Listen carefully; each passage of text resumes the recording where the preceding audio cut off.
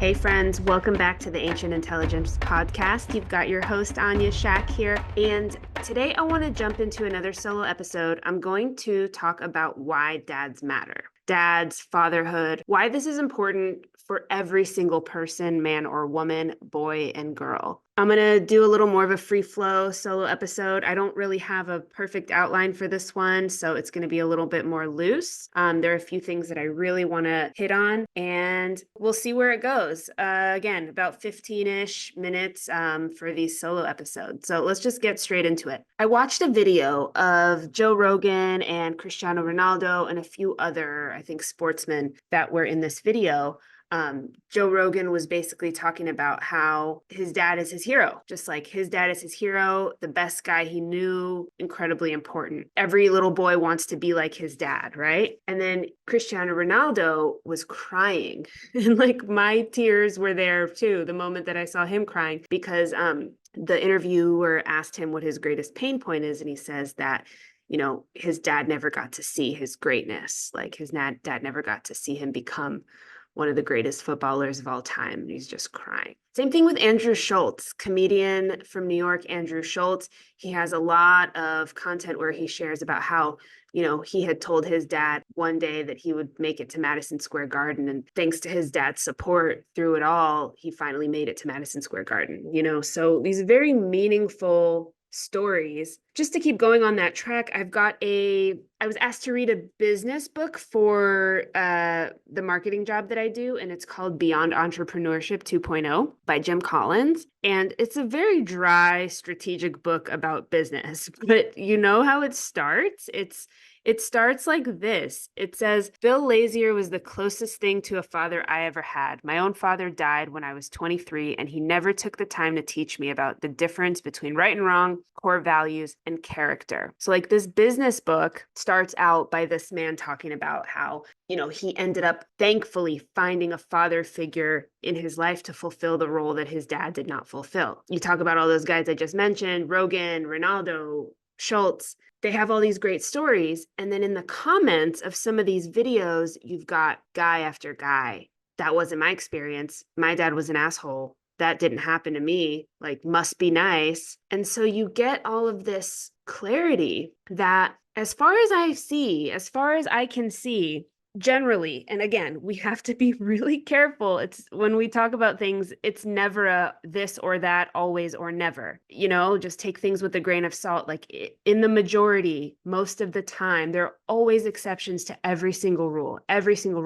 But as a rule, it seems that the most successful men in the world, the most successful men that are finding fulfillment in what they do and their vocation, they're bringing gifts to the world, they're beloved, they're respected, they're honored. These are men that, if not having a great dad role model, like of their own dad, then they have someone else that stepped in to fulfill that role. That's why in my spare time, I watch a lot of these adolescent sports movies, like Friday, or like TV shows, Friday Night Lights, or I just watched this true story turned into a film about Brandon Burlsworth, the kid who became basically who he became an All-American without having had a scholarship. He was just a walk-on to the university that I wanted to go to. And the whole point is that when he was a kid, his dad wasn't there. His dad was an alcoholic, and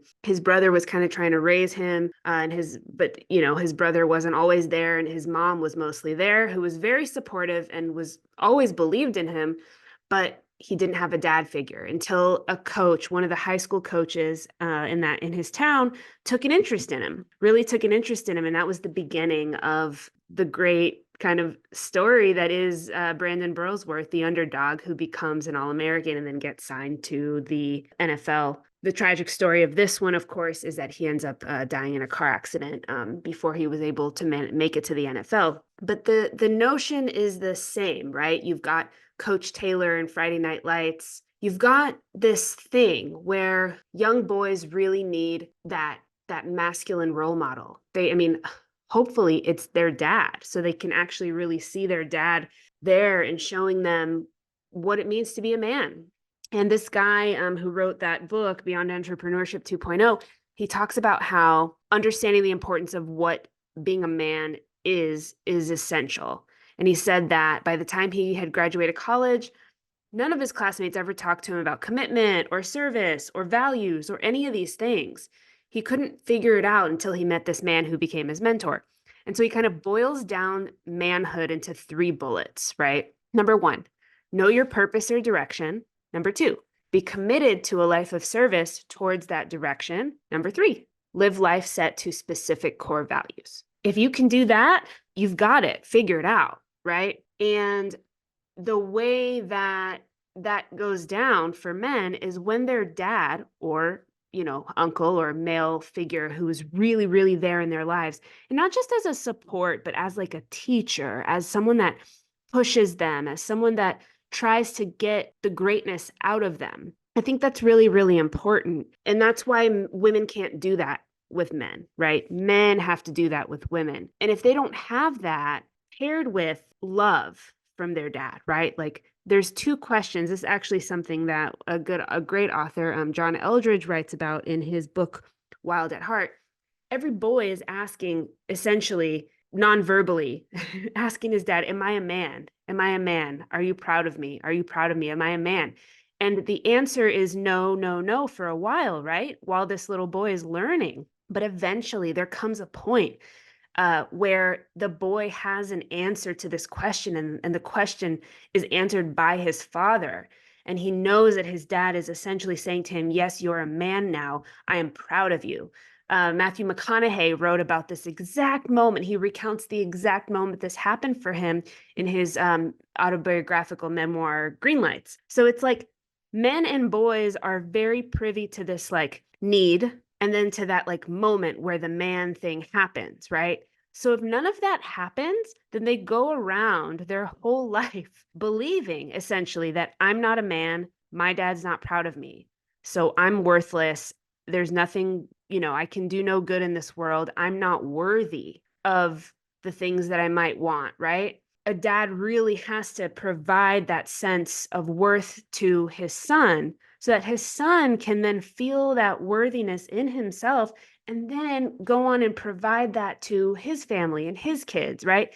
Without that, he won't be able to provide his family with the emotional support that they need, right? And so it's also really important, like I know I'm going all over the place, but this is why women cannot teach men, right? Because there are 2 very distinct roles that every child needs to experience. There are 2 very distinct experiences that they need to have while they're at home growing up. There's the one experience of teaching and pushing and discipline and drive, and you can do better and you can do better. And for a boy, that's got to come from the masculine. That has to come from the masculine, because what he needs to be a healthy boy or become a healthy man is he needs unconditional love and support and nurturing from his mother, from the feminine in the household, right? So when his father is teaching him, then his mother is free to completely love him, and support him in a way that is unconditional. Because there is this notion that the opposite sex relationship with the parent, if there's no unconditional love there, there will be an issue. And so this is what happens when the father is not there to teach the son and provide him with that kind of like masculine structure and discipline backed by love. I'm doing this because I love you, and letting the boy clearly know like this is out of love. Then if he doesn't do that, then the mother is forced to do that. Then the mother is forced to try to awaken in the boy things that she might need, right? Why aren't you doing this? Why can't you be more like this? You need to lose weight. You need to do all these things. Jonah Hill talks a lot about this in his memoirs, about how he had such a difficult relationship with women because his father was not around, and his mother would constantly nitpick at him and tell him what to do and tell him what to do. That's because she was missing a strong masculine counterpart in her life. And then their child, Jonah, was missing that discipline from the father. Therefore, the mother has to step in and take that role on through no fault of her own. She just has to do it. But when she's requesting things of a boy from that place, she's not actually requesting the things that he needs to learn to become a man. She's requesting things that she needs right now in her relationship, right? As a woman. And so that's when you get the enmeshment stuff. That's when you get the mama's boy stuff where she's just she treats her son a little more like what she wishes her partner would be doing. And it becomes convoluted and confusing, and it's just not the right relationship between mother and son. The right relationship between mother and son is one of love, unconditional, respect, and like just really like seeing your son for who he is and really letting that masculine do the disciplining, really letting that masculine be the one that is pushing him and teaching him how to be a man. And because what her job is to do that for a woman. Her job is to do that for her little girl, right? She's meant to teach her little girl how to be a woman. Father's not meant to do that. And so this is kind of where I'm getting to and why I'm so passionate about this. I just literally, I watch these adolescent sports movies and I cry and I cry and I cry because when you have a solid, strong male role model as a boy, then that means you're also, as a man, once you have children, you get married, you're treating your woman with that same level of respect that you saw your father treat your mother, right? And so then you are able to distinguish and separate the way that you treat your son and the way that you treat your daughter, because they're very, very different. And I know there's a lot of, you know, uproar and conversation right now about treating kids the same, but every parent I talk to, they're always telling me like, yeah, we treat them, the same, but they're very different. Like they're very, very different. The way they choose to play, the way their needs are very different. And so one of the things that I did want to just highlight, and I know this is a bit of a kind of intro to this, like why fathers matter, I think bringing it back to a personal place for me. So, my dad, I had a lot of father wounds growing up.